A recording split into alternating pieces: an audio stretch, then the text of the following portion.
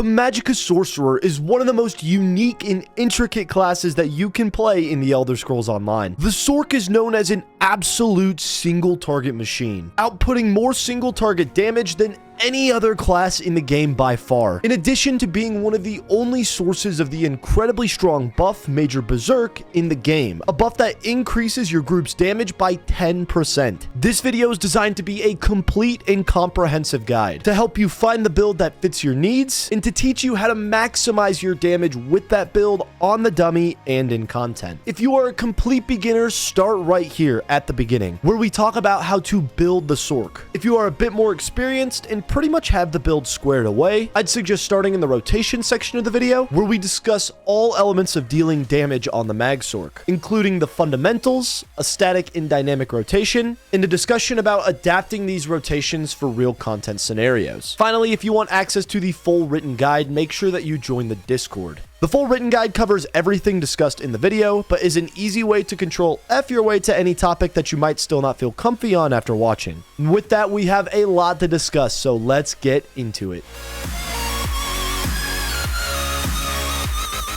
Getting into the basic build information for the patch, starting with our race. Both Dark Elf and High Elf are the absolute strongest choices that we have, with each giving near identical DPS output. The only difference is that High Elf gives us 100 more max mag, but Dark Elf provides 2k max stam. Otherwise, the stat bonuses are the same. This makes my personal go-to Dark Elf, as this will allow your character to be versatile and have the ability to switch between mag and stam specs as necessary. That said though, High Elf offers a ton of extra sustain, restoring 625 mag or stam, depending on whichever resource is lower whenever you cast an ability. This is really nice on the Mag Sorc, especially on the dummy, and is in fact the race used in the parse for that reason. Those sustain issues on the Mag Sorc won't be near as prevalent in real content scenarios with a good comp. The next best option for the Mag Sorc is the Khajiit race, which offers max resources, though less than that of Dark Elf and High Elf, as well as some extra crit damage, making Khajiit really strong for newer groups that may be a bit unoptimized, and most 4-man and solo scenarios.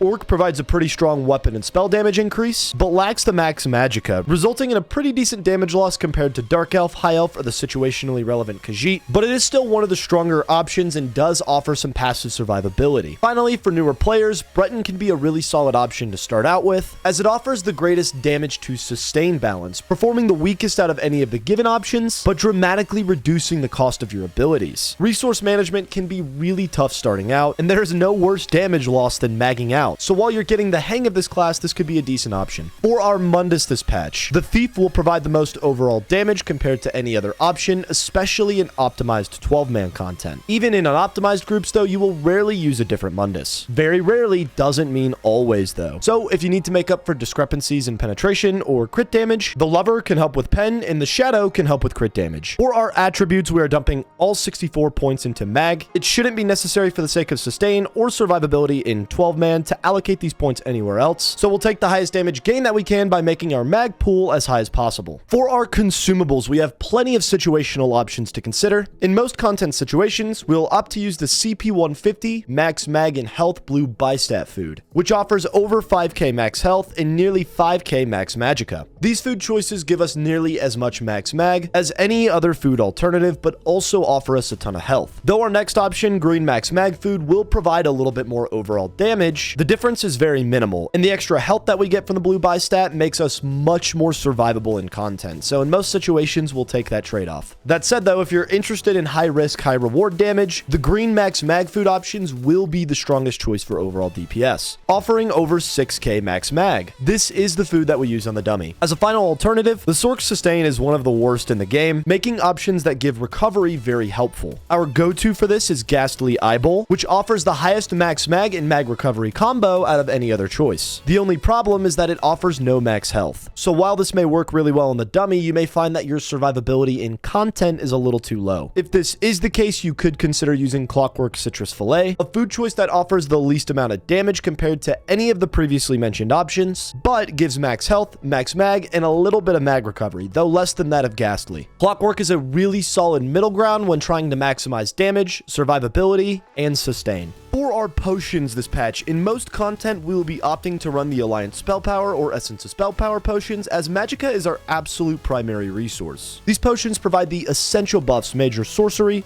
prophecy, and major intellect, increasing our spell damage, spell crit, and magicka recovery respectively. Now normally we can rely on major sorcery from a Dragon Knight supporting group providing igneous weapons, but our major prophecy would be reliant on ourselves running either Inner Light or Camo Hunter on both bars, something that the Sorc just doesn't have the bar space for. Making sure that we have these major buffs active is far more important than running an alternative like Heroism potions, and since we can't get our crit buffs from anywhere, we have to get them from these potions. You can craft Essence of Spell Power by combining Cornflower, Lady Smock, and Water Hyacinth, or by purchasing the Alliance Spell Pots from Cyrodiil. On the dummy, however, or in any real situation that allows us to run the stamina-based spammable rapid strikes, we will opt to run the Alliance Battle or Essence of Weapon Power potions, in order to actually be able to sustain the stamina that becomes required. These potions provide essentially the same buffs, that is, the major weapon damage, major weapon crit, and the major stam recovery buffs. Our skills will scale with our highest defensive stats, so it doesn't matter if we get the spell or the weapon version of the damage and crit buffs, just that we have them. You can craft Essence of Weapon Power by combining Blessed Thistle, Dragonthorn, and Wormwood, or by purchasing the Alliance Battle Draft from Cyrodiil. That said, in content, there may be some situations where running Heroism pots would be worthwhile, especially if you end up playing a support Sorc. These potions restore Mag and Stam, give major Intellect and Endurance the major Mag and Stam recovery buffs, as well as minor Heroism, which provides a considerable amount of extra ultimate over the course of the potion's duration. As mentioned, in order to run these, you have to source the major sorcery and prophecy from somewhere else though, which would require a completely different bar setup, something that we'll discuss a bit later. These are incredibly expensive to craft, however, requiring Dragon Room, Dragon's Blood, and Columbine. Finally, for our champion points, we'll opt to run Deadly Aim, Master at Arms, Backstabber, and Exploiter. Exploiter provides the strongest damage increase out of any other CP option, but has some tough conditions to make it worth running. Keeping the highest possible uptime on Off Balance isn't always the best way to use it. For example, on the Chimera, the second boss in Sanity's Edge, proccing Off Balance while everyone is running backwards to do the Meteor mechanic is a waste of a proc, and wasting Exploiter procs makes running other alternative CP more worthwhile. In addition to this, DDs need to somewhat track Off Balance in order to maximize their damage with this CP, which is nearly impossible to do well on console in a real raid situation because it requires all buffs to be turned on.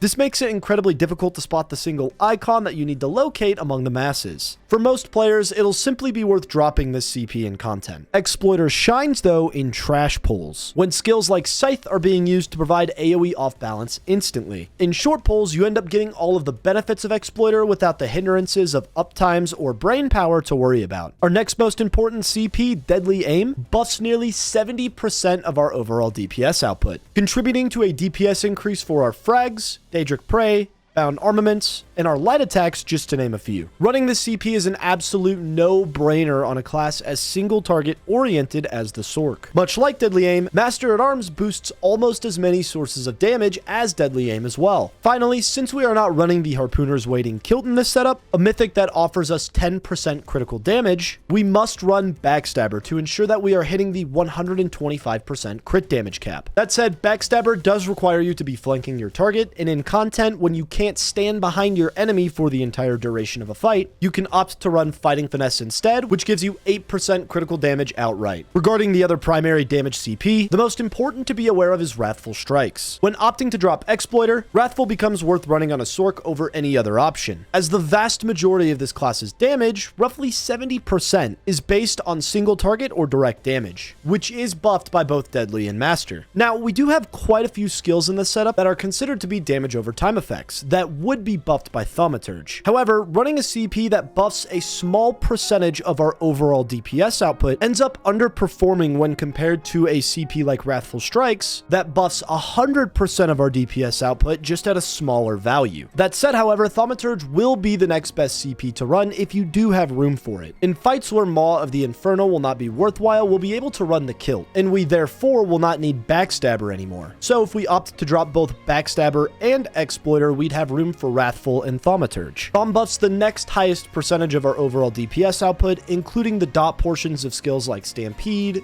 Carve, and Trap, just to name a few. Finally, Biting Aura is the weakest of the alternative CP, but worth noting if you decide to add more AoEs or even an AoE spammable into your toolkit, especially in short AoE fights such as Trash Pulls for example, where a skill like Whirling Blades might become your highest source of damage. Biting will be worth slotting if you have the time to do so on console or to save in your trash setup on PC. Finally, as an optimization CP to be aware of, in situations that leave you a bit under pen, you can choose to run Force of Nature. This CP gives about 660 pen per status effect, which in an organized group should reliably give you an average of about 2,000 additional penetration over the course of an entire fight.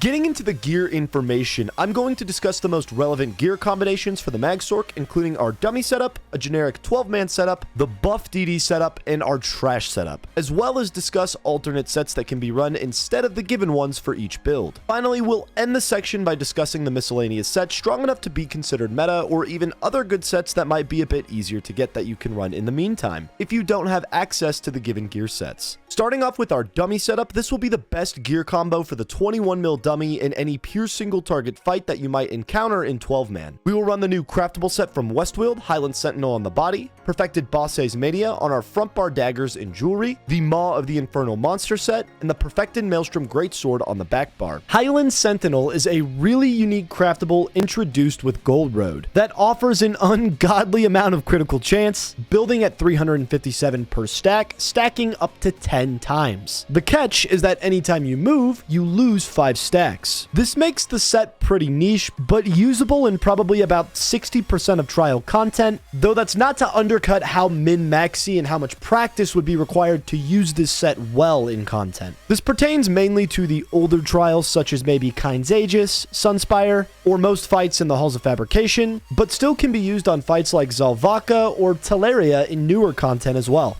When at 10 stacks, we will have over 75% critical chance on the Sork, which is absolutely mind-blowing. Even at that, losing stacks of this set is not as detrimental as it seems. They build very quickly and easily, and even on the 21 mil, if you aren't auto-walking on PC during your parse, moving to cancel Stampede's animation will occasionally cause the stacks to drop. So we end up losing 10 stacks of this throughout the parse a few times, and we are still able to pull damage far stronger than any other setup, beating out the other options on this class by 5 to 8k DPS. Our other 5-piece perfected Bosse's Mania is a light armor set from the Trial Rockgrove. This set increases your damage done by up to 12% depending on how low your mag pool is. Bosse fell out of the meta for a long time after a nerf it received many patches ago, but it uniquely becomes really strong for the mag spec of the Sork because we have an abnormal ability to sustain a full parse while keeping our mag below 10%, mainly due to our stamina-based spammable. Rapid Strikes is such a strong ability that buffing this skill as much as possible, especially when combined with the Maelstrom Greatsword, becomes the best way to maximize our damage on this class. From the dungeon The Banished Cells 2, Maw of the Infernal on its own provides very competitive damage when compared to the other meta monster sets, like Zon or Selene for example. This makes it a must-have on the Sork, as this set does receive the 45% damage increase provided by Daedric Prey. Maw will provide a solid amount of single target damage and a decent bit of AoE damage as well, and is a must-run whenever possible on the Sork. The only downside to this set is that this monster doesn't seem to be as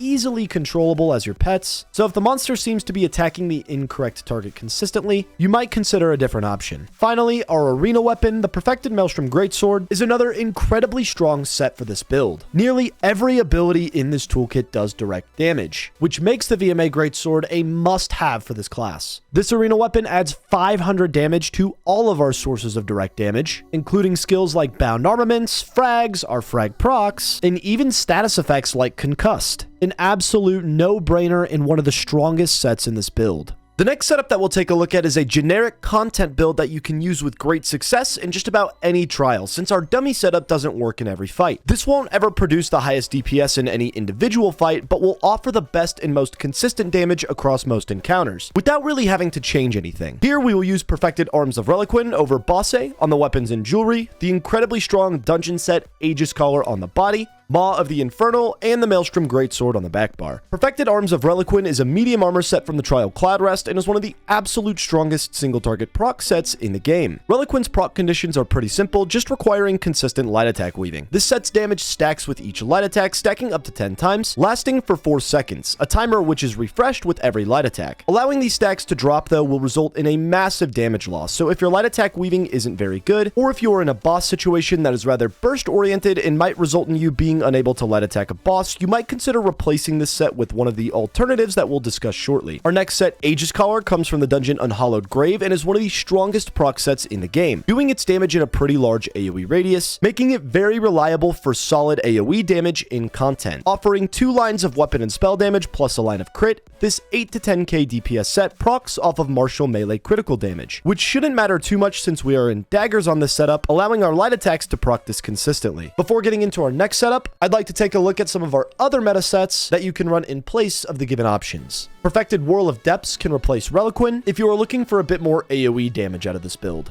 This is a versatile light armor set from the Trial Dreadsail Reef that does 7 to 9k in a large AoE radius. Not only does this set do strong AoE damage, but it procs simply off of damage done, which makes it really easy to maintain in real raid situations when slightly stronger alternatives cannot be 100% managed. We always want to make sure that we are running a trial set for that third piece Minor Slayer bonus, which increases our damage done to monsters by 5%. Our main trial set, Reliquin, is a pure single target set, so if we really need more AoE damage, we will likely take Reliquin off and run Whirl of Depths in its place. We also need to ensure that we are running a medium armor set on the body to hit that 125% crit cap. So we will body Aegis Caller if we choose to run Depths. As another option, Perfected Onsl's Torment is a medium armor set from the Trial Sanity's Edge. Though I would consider the previously mentioned options to be a bit stronger, Onsl is a very powerful set that is by far the easiest to use. It provides a 7% straight damage increase, resulting in 1 to 3% less DPS than the previously mentioned options. But this bonus doubles to 14% anytime we get an interrupt. This component of the set is very rarely, if ever, reliable, but is good to know about for the sake of bursting your damage if you are able to get an interrupt. Overall, consider this set for its easy to achieve 7% damage done increase rather than the 14%. But if you ever find yourself in a situation where you can maintain the 14% damage done bonus, it will be the outright strongest set in the game. For the sake of added AoE damage, if you add skills to your bar that increase your AoE damage, like Whirling Blades or Liquid Lightning, you could benefit from a set like this that's going to increase your damage done, allowing you to focus on your own skill setup and rotation to increase your AoE output, as opposed to maintaining a whole set. And with that concept in mind, advancing Yokita is another really strong option that could be considered meta on the Sorc. This set comes from the Trial Hellross Citadel and only comes in heavy armor, so it must be worn on the weapons and jewelry exclusively. The Sorc's crit chance is naturally low, as we don't really have any passives to help us build this stat, and running this set will bring us up to nearly 70% effective crit chance. Advancing procs off of martial melee damage, making it really easy to maintain on the Sorc with just our light attacks. When dealing with a boss that either goes invuln for a period of time or purges dots altogether, advancing will be a bit more reliable than a set like Aegis Caller for strong and consistent damage. An example of a situation like this could be Zalvaka, the final boss in VRG. Every time the boss ports, she cleanses all of the dots applied, including proc sets like Aegis Caller. So if Aegis Caller happens to proc just before she ports, you lose all of the damage since it purges and is now on cooldown. Advancing could be a more consistent option in this situation and others like it. Finally, in situations where Maw is not producing good damage, whether it be AoE, mobile, or just niche situations in general, you can replace the monster set with the Harpooner's Waiting Kilt and run One Piece Slimecraw, the strongest one piece buff that we can get in the game. Remember, when we don't run the kilt, we must run Fighting Finesse, so we'd gain some extra damage back from our CP by running this mythic as well. If you are going to run a mythic but taking too much direct damage to the point where the kilt might not be worthwhile, the Velothi Urmage's Amulet will be your next best option. Getting into the buff setup for the Mag Sorc. Though the Sorc is an absolute single target machine, there are very few fights in the game that demand strictly single target damage. This typically makes the Sorc a class that's not preferred as a full damage dealer, but rather as a buff DD, typically locked on one main target for the entire fight, while the rest of the group handles the necessary cleave. In addition to this, the Sork provides one of the strongest buffs in the game, Major Berserk, through our ultimate to all 12 allies, and is also one of the only sources of the game of Minor Prophecy, a buff that increases spell crit by 13-14, which comes from the passive Exploitation. This passive and its buff is activated whenever we cast a dark magic ability, which in this setup is anytime we cast a frag, lasting for 20 seconds. If you are the only Sork in group, it's important to make sure that you are running this skill for this buff. All of these elements together make running one Sork somewhere in your raid comp pretty essential. So with that, the most common buff setup for the Sork is to pair the set Martial Knowledge with a full damage, medium armor trial set of your choice, depending on the fight type, as well as the Maw of the Infernal Helm and the Maelstrom Greatsword on the back bar. Martial Knowledge is a light armor set found in the Overlands of Craglorn. Though one of the weakest buff sets included in most raid comps, it is a must-have whenever you have players capable of maintaining it well. This set applies a debuff that causes the enemy to take 8% additional damage done, whose proc conditions only require you to keep your stamina below 50% and to light attack weave consistently. Since we will normally pair the set with Reliquin, our medium armor trial set, we will have to front bar MK, which could require some micromanagement in uptimes, as this set is only active for 5 seconds at a time with an 8-second cooldown. A good Sork rotation means that we should be on the front bar about 85% of the time anyway, so this set should rarely drop and have pretty high uptimes consistently with a good roto. The Mag Sork in general also has very little problems with stamina sustain, mainly due to the amount of mag skills that we run in this setup. So the struggle with this set shouldn't really be running out of stamina, it should be keeping your stam low enough. If you find your stamina getting a bit too high, you can bash weave a few non-channeled casts, or roll cancel a high costing stamina ability like Stampede for example. For your full damage set, again if you're not in a double buff setup, Reliquin will be the strongest option for single target, and Onsl's Torment will be the strongest option for AoE. As some alternative buff set options to be aware of, one of the strongest buff sets in the game is the mythic Spalder of Ruin. This is a must-have mythic on one player somewhere in your raid comp, providing 260 weapon and spell damage to 6 total players, but reducing your health, mag, and stam by 70 per player buffed. So that's up to 420 total. This is best run by classes that either have some pretty solid sustain or by classes that are in the set Martial Knowledge, to make it a bit easier to keep your stamina pool under 50%. Another 5-piece option to be aware of to run in this setup is War Machine, a medium armor set from the Trial Halls of Fabrication. War Machine provides Major Slayer to you and the 5 closest allies whenever you use your ultimate, the duration of which is determined by how much ultimate you consume. This set can be very effectively used in situations where running the set Roaring Opportunist on a healer might not be ideal, such as a trial like Asylum Sanctorum for example. Likewise, there are some fights and or strat combinations that just make running Slayer sets better in general. For the most part, you'll get the best uptimes with Major Slayer by running Slayer sets in really coordinated and optimized groups, or even in situations where you just have 5 to 6 damage dealers active at a time. Examples of this concept could be the first boss in VDSR depending on the strat, Navi hard mode since you have 3 DDs downstairs in Portal for the majority of the fight, or on Reef Guardian hard mode where you almost always have 2 damage dealers downstairs dealing with the Reef Heart mechanic. Outside of these fight types, if you want all 8 damage dealers to get Slayer consistently, you need 2 people in your group to run a set like this and to utilize Slayer stacks, where you split into 2 groups of 5 to ensure that the correct people get Slayer. If you do not split the group into these 2 stacks, either a support might get this buff or a DD that's already gotten it could get it again, resulting in a pretty significant damage loss depending on how uncoordinated this becomes. The final element to note is based around the set's applicability on the Sork. Though not a primary choice in most situations, since the Sork's ult is one of the main reasons that this class is included in a raid comp, there may be situations where you want to time this ult out for specific burst scenarios, or even put it on a rotation with somebody like a Sork tank. The Sork tank is becoming more and more common in sweaty trifecta and score pushing scenarios, since they can run the skill Vamp Drain, which generates a ton of ultimate and allows this tank to build and cast their Atro far more frequently. Creating a rotation around the tank and damage dealer could not only maximize Slayer uptimes if the Sork is in this set, but also maximize the amount of uptimes that your group has with Major Berserk. Like with other setups, if you can't get good value out of the monster, run the Kilt plus 1-piece Slime Craw, assuming that you aren't in a bad Kilt fight where you would run Velothi instead.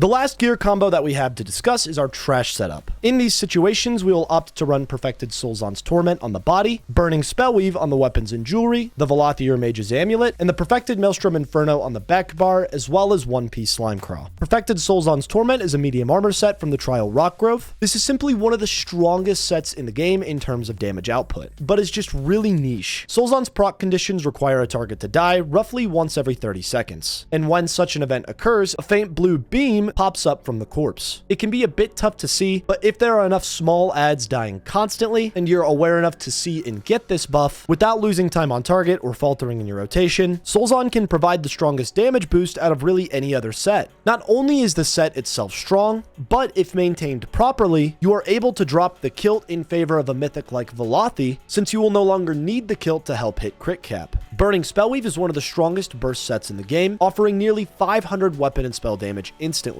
for 8 seconds whenever you deal flame damage. Nearly any other set in the game that offers this level of weapon and spell damage takes some amount of time to build, such as Sororia for example. Since trash pulls should last on average less than 10 seconds anyway, getting this increase for 8 seconds means that we get this massive buff for nearly the pull's entire duration, getting it instantly as well, making Burning Spellweave a no-brainer in trash. Next up, the Velothir Mage's Amulet that we've mentioned a few times now. This mythic increases our damage done by 15%, at the cost of your light attack damage, reducing the damage of our light attacks by 99%. In a single target situation on the Sork, our light attacks account for about 7 to 9% of our overall DPS output, resulting in a net 5 to 7% total damage increase by running this mythic. In an AoE fight, light attacks will account for a much smaller percentage of our total DPS output. For this reason, buffing our abilities at a value of 15% that will be hitting all of our targets will be worth way more overall damage than a mythic like the Kilt, since the trade-off in that light attack damage lost becomes a really minimal hit. This is the reason that we will choose to run the Velothir Mage's Amulet in trash pulls and in other fights like it, such as maybe Reef Guardian or Bosse for example. Next up, the Maelstrom Inferno with Wall of Elements is one of the strongest AoE sets in the game. The damage increase provided to Wall makes its damage one of the strongest abilities in the game, outputting DPS that is equivalent to full sets like Aegis Caller. In AoE situations, the pure size of Wall with this damage increase makes this set unmatched. Though the single target damage of the set is very strong, it still ends up being about 3 to 4k total DPS off of options like the Maelstrom Greatsword, making this only our go-to for AoE situations like Trash or the AoE boss fights mentioned earlier. Keep in mind that running Wall of Elements on the mag spec of the Sork can be very difficult to sustain, so you may have to add some stamina-based skills to compensate in longer fights. Finally, we have room for a one-piece monster, in which case we'll normally choose Slimecraw. However, if you're not hitting the pen cap in Trash for whatever reason, you can opt to run a set that gives a line of pen instead, such as Valken Scoria or Crag for example. Finally, getting into our miscellaneous sets, these are the set choices that didn't make their way into the primary setups for the Sork, but are relevant enough to still be considered meta in some situations. With the exception of the first set that we're going to discuss, Order's Wrath. Though not meta, if the trial sets mentioned in the builds are a little too difficult to get, Order's Wrath is incredibly strong and very easy to obtain, as it is a craftable set from the High Isle zone. This set offers a ton of crit chance and crit damage,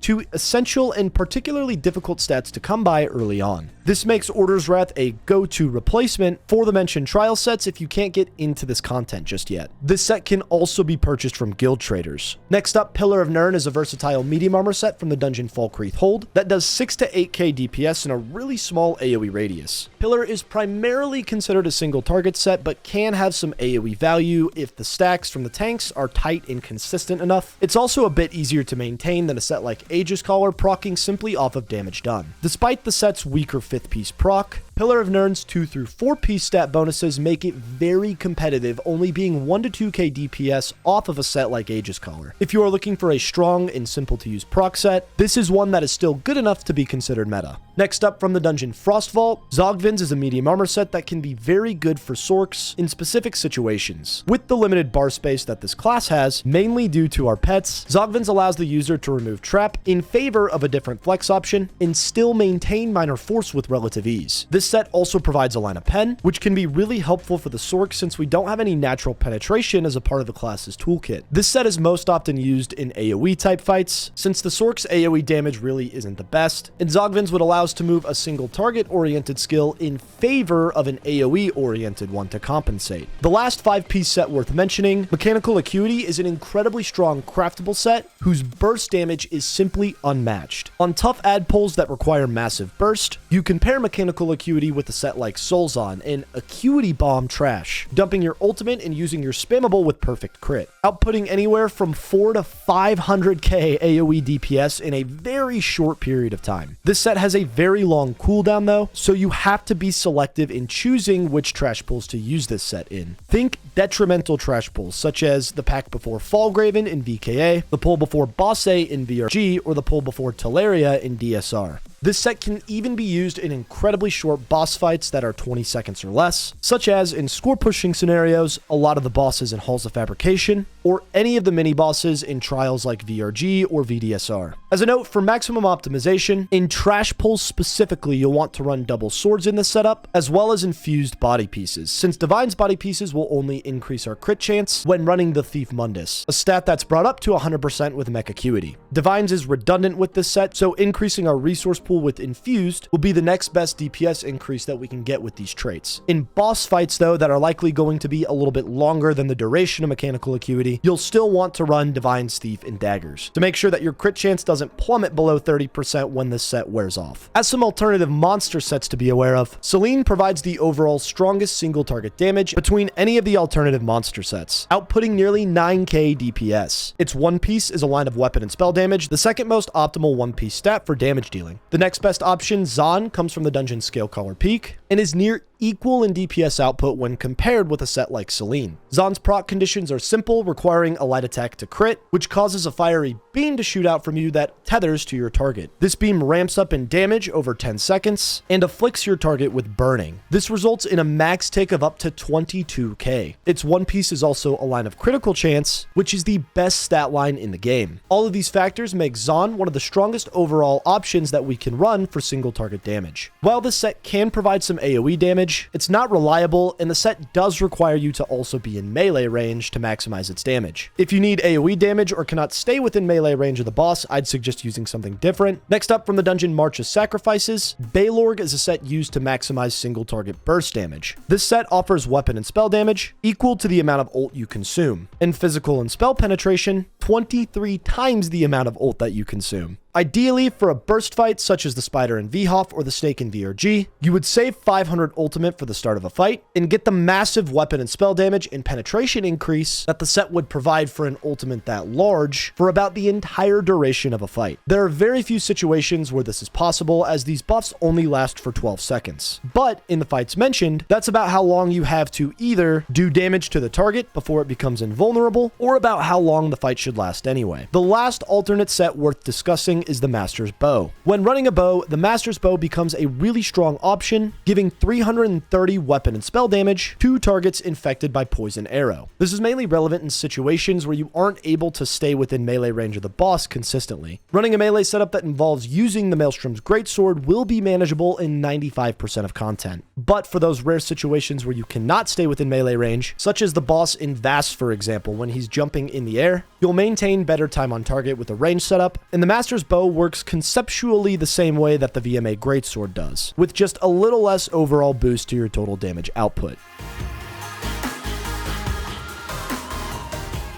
Getting into our primary skills. These are the skills that we run on the dummy, acting as the highest potential DPS options for a pure single target fight in a perfect world with perfect uptimes. This is by no means the bar setup that we will use in every single fight, but rather will act as a baseline to help us make good decisions when optimizing our bar setups fight to fight, based on the flex skill options that we're going to discuss right after. So with that, starting on the front bar with Volatile Familiar. Our Scamp is one of the strongest abilities on our bar and one of few AoEs in this toolkit. The Familiar has two components to damage, the first of which you get so long as the Scamp simply exists, dealing up to 12k damage per tick resulting in about 4.5k DPS over the course of an entire fight. The second component is the activated ability, which deals damage in an AoE radius around the scamp, doing up to 18k per tick, resulting in about 7 to 8k DPS over the course of an entire fight. Altogether, this ability will output about 11 to 13k DPS when maintained well, making it one of the strongest dots on our bar. The only downside to this skill is that the second tick will stun targets, making this an ability that you have to be a little careful with in fights where tanks need to be able to chain small adds, such as trash pulls, for example. Twilight Tormentor is another really strong source of damage on this class, only doing slightly less overall DPS than the maintained familiar, following suit with 2 damage components. The base ability is quite a bit stronger than the Scamp, doing nearly 7k DPS over the course of an entire fight on its own, ticking for up to 30k. However, its activated ability, which we only cast one time and as a pre-buff, increases the damage of this ability by 60%, adding another nearly 3k DPS, resulting in about 9 to 10k total DPS from this ability as a whole. Unfortunately, this damage increase is only seen to targets above 50% health and isn't really worth the cast throughout the fight, since it costs so much and doesn't do a ton of extra damage. This really is a stick it on and leave it type of ability. And with that, I hear people argue a lot about the Scamp versus Tormentor thought process. That is, when opting for a one pet build, which one should you use? My opinion, based on the numbers, is that Scamp is straight up the stronger ability, and that goes tenfold in AoE situations. However, the benefit to Tormentor is that you never need to cast it to get its damage, and this leaves more room for more spammable casts throughout the course of an entire fight. This makes the Tormentor the better option for single target and especially single target burst situations, and the Scamp better for any fight requiring any sort of AoE damage. Moving on to the next skill, Daedric Prey is one of the strongest and most important abilities in this toolkit. This ability does a very small amount of damage on application, but does a massive tick of damage on its expiration, doing a massive tick that maxes at about 65k, resulting in roughly 8k DPS over the course of a fight. Outside of the raw damage factor, the main use of this ability comes from the 45% damage increase it provides to all of our pets. This affects our Scamp, Tormentor, Maw of the Infernal, our ultimate, and in some situations even our Aegis Caller. It buffs a ginormous percentage of our overall DPS output. Now that said, this ability can be a little tricky to maintain, and we are going to dive into a lot more detail about exactly how to use this skill in the rotation section of the video. Our spammable of choice, Rapid Strikes, when combined with the Maelstrom Greatsword, is one of the absolute strongest abilities in the game and by far the highest source of damage in this toolkit. This ability ticks 4 times in a 0.8 second window, each tick of which is individually buffed by the VMA Greatsword. These ticks ramp up in damage with each hit by 5% of the previous tick's damage. This results in a max hit of about 22k, meaning one cast of this ability can output about 80k total damage in 0.8 seconds. Over the course of an entire fight, we will get nearly 28k damage per second out of this ability, an insane amount of damage. Rapid Strikes is really hard to run in content on the Magsork though, and requires really specific circumstances. A fight must be both strictly single target and require very little use of your stamina pool. If you can run it though, you absolutely should. And with that, our next strongest source of damage in this toolkit, Crystal Frags can do its damage in 2 distinct sources. The first is what we call a hard cast of frags, acting as a 0.8 second channeled ability that can do up to 55k per tick, and is an option to use as a straight spammable if we do not have enough stamina to cast Rapid Strikes, or if we need to lower our mag pool for the sake of better uptimes with boss A. The highest source of damage on our CMX though usually is our frag proc. This ability has a 1 in 3 chance to deal 66% more damage as an instant cast, costing half as much anytime you cast a non-ultimate ability on the same bar. This is indicated when the ability turns pink and makes a distinct ringing sound. This version of frags will do up to 93k damage and result in about 15 to 17k DPS over the course of a fight, assuming good frag RNG. Unfortunately, this ability makes farming a good parse on the sort quite tedious, as not only do we have to worry about getting good crits, but we also now have to hope that we get above the 33% chance to get the frag proc as well in order to hit the monster parse showcased in this video. For our ultimate on the front bar, the Charged Storm Atronach is the strongest single target ultimate that we can run on this class. Historically, we've opted for the other morph, the Greater Storm Atronach, for parsing, which was typically about 2k ahead of the Charged Atro. However, after the status effect changes in Update 41, the Charged Atro's guaranteed chance to apply the Concuss status effect with every attack adds another 2 to 3k DPS via Concussed to an already powerful attack, making this morph slightly more preferable even for single target. In addition to this, the Charged Atro does its damage in an AoE radius, giving the Sorc a much needed source of AoE damage as well. Finally, this ultimate will offer one of the most important synergies in the game to your allies, Charged Lightning, which gives all 12 players Major Berserk when activated, increasing damage done by 10% for 10 seconds. This is one of the most powerful ultimates in the game in terms of both raw damage and utility, making it an absolute must-have. Moving on to the back bar, we will slot both our Scamp and Tormentor to ensure that they don't unsummon when we bar swap. Having to resummon them would obviously result in a massive damage loss. So with that, Stampede is another really strong dot in this toolkit with an initial strike that is a guaranteed crit, hitting for up to 30k, providing about 2k DPS over the course of a fight, and whose dot has a max tick of about 7k, dealing roughly 5 to 6k damage per second over the course of a fight. Altogether, this skill will do about 7 to 9k total DPS, making it comparable in raw damage output to a skill like Daedric Prey. That said, Stampede is furthermore essential in this setup, as casting this skill procs the effects of the Maelstrom Greatsword for 18 seconds, dramatically increasing nearly every ability's damage in this toolkit. It's important to note that even though the damage of the skill is very strong, we mainly use Stampede to keep up the effects of the associated arena weapon. Stampede lasts for 15 seconds, and the Greatsword's effects lasts for 18 seconds. So it's okay to let Stampede drop for a second or two if a skill with higher priority needs to be reapplied instead. Barbed Trap is our primary source of minor force. A buff that increases our critical damage by 10%, helping us get closer to that 125% crit damage cap. Outside of this buff importance, Trap on its own does a pretty decent amount of damage, providing only a little less damage than skills like Degen or Scalding Rune at a DPS value of roughly 4 to 5k damage per second, while also giving really strong hemorrhaging uptimes, producing an extra 1 to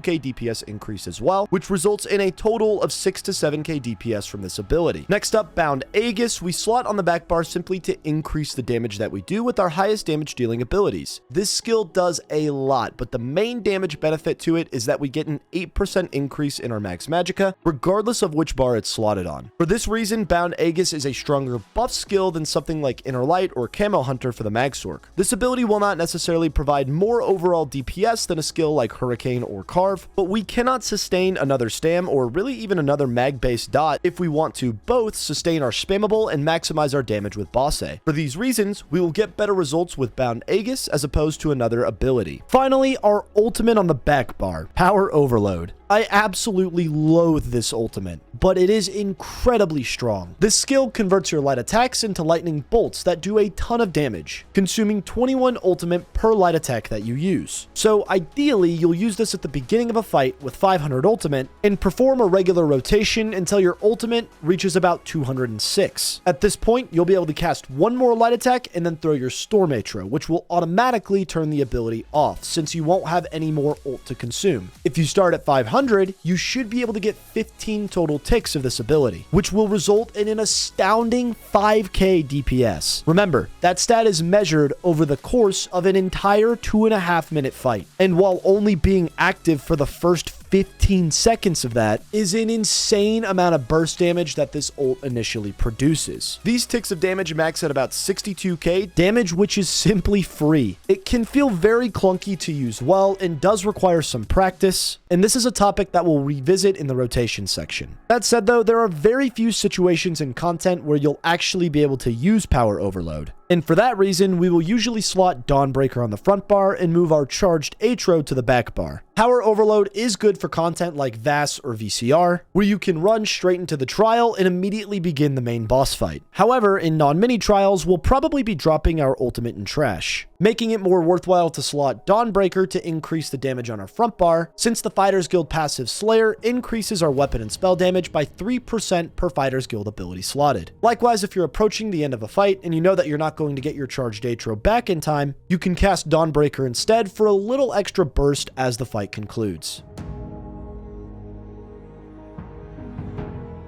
Now that we've established the most common bar setups for the Sorc, we can talk about some alternative skills that can be used instead to create some different bar setups that will satisfy content-specific needs, or even help you to build a bar setup that fits your own playstyle. As we've briefly discussed, running rapid strikes in content is kind of rarely going to be possible, so the main changes that I would make to this bar setup to give it some better generic damage is to run the other morph of Bound Aegis, Bound Armaments on the front bar, and to slot Hurricane on the back bar. Bound Armaments is a really unique ability that sort of mimics Merciless Resolve on the Nightblade. Each time you light attack, you gain a bound weapon, an effect which can proc up to 4 times. This occurs simply from having the ability slotted on either bar. When you actually use the ability, you consume any bound weapon you have active, which will cause the weapon to shoot out at your target, damaging it every 0.3 seconds. Ideally, we want to cast this skill 1 in every 4 skill casts to ensure that we use it at its most powerful the second we get 4 stacks. The only skill that becomes a priority over this is your frag procs, and the hard cast of frags will become our primary spammable. If done correctly, this will result in about 14 to 15k total DPS from this skill, and we'll get another 5 to 8k DPS out of our hard cast of frags. This means that, especially on the dummy, if you prefer to parse in this bar setup, you should expect to hit about 4 to 5k lower. Sadly, Rapid Strikes is just that good. Our other swap, Hurricane, since we are no longer running Bound Armaments, our next best damage increase is going to come from slotting a strong damage over time effect. Likewise, since we're not in Boss A and since we're not sustaining a stamina-based spammable, we'll be able to effectively run another dot in this toolkit. Hurricane will be the strongest option, providing about 5k DPS in a pretty large AoE radius around you. This ability grows in size and damage as it progresses, so it's important to allow the skill to fully expire in order to maximize its damage. With that, the most common changes to the Sorc bar setup involves running either a 1 or 0 pet setup. The 1 pet spec is most commonly used in bursty type fights. A single target burst fight like Vass would most likely use the Tormentor, since we don't have to cast the skill to get the ability's damage, and can therefore get far more casts of our spammable in the short windows of time that we have to do damage. A burst fight like the Atro Killer role that the Sorc commonly takes on a fight like Onsol, the final boss in Sanity's Edge, however, might be better off with the Scamp, since the AoE damage that the Scamp does can help take out a lot of the small adds that spawn continuously throughout the fight, which can help make the fight feel a bit more manageable. Which pet you use is up to what your comp calls for most of the time, but as a general rule,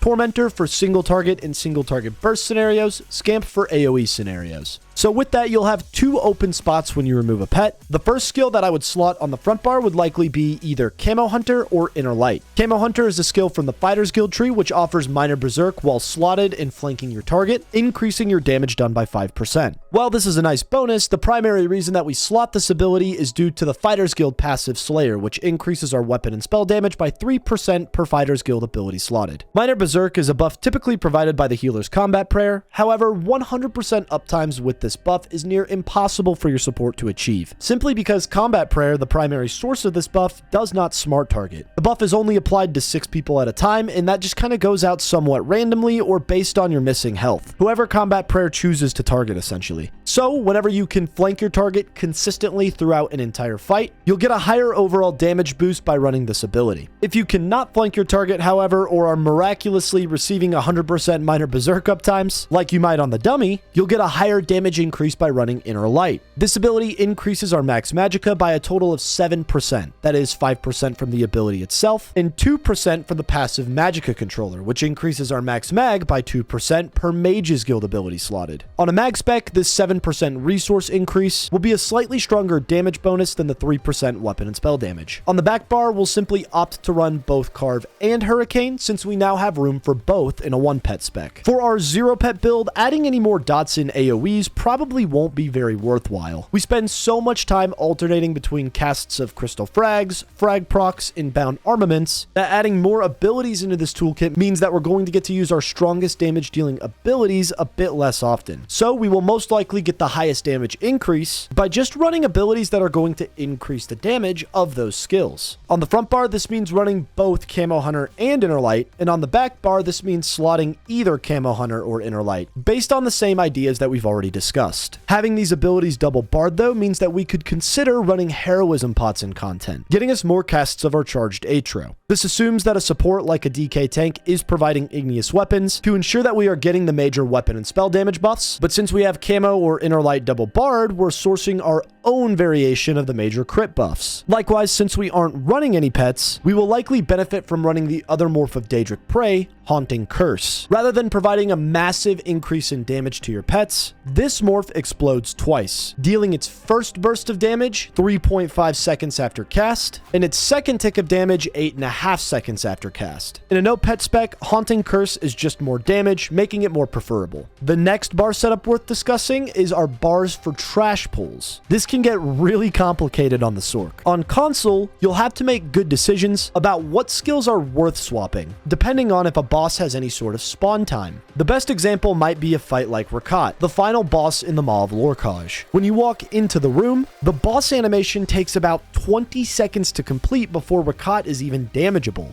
giving you plenty of time to swap as many gear pieces or skills as your heart desires. This is opposed to a fight like Yondir, the first boss in VKA, where you walk into the room and the boss is immediately damageable. Swapping out one or two skills in situations like Yondir will almost always be preferable on console, especially if you're very fast with it. But more than that can end up losing you more total trial time than the time that you actually saved by using trash skills on the ad pulls. Play around with this concept and see what works best for you and your group. If you are not score pushing, taking the extra time to swap out as many skills as necessary to make each individual fight quicker, despite the slower overall trial time, is probably the safest option for all content. And with that, if you're having to choose, the most important ability to swap is an AoE spammable. Whirling Blades is the raw strongest AoE spammable in the game. This morph increases the damage of the ability by up to 100% against enemies with less than 50% health, doing more damage the less health a target has. This, in combination with the dual wield passive Slaughter, which increases damage with dual wield abilities by 20% to enemies under 25% health, makes this skill incredibly strong and bursty for short fights. Above 50%, Whirling Blades can tick for around 45k. But below 50%, it can tick for up to nearly 90k. Once you have your AoE spammable, the next most important skill is a source of minor force. We won't be able to use Trap very often in trash situations, which makes a skill that we can pre-buff with this buff necessary. That skill is Dark Deal. This skill gives us minor berserk and minor force for 10 seconds, increasing damage done by 5%,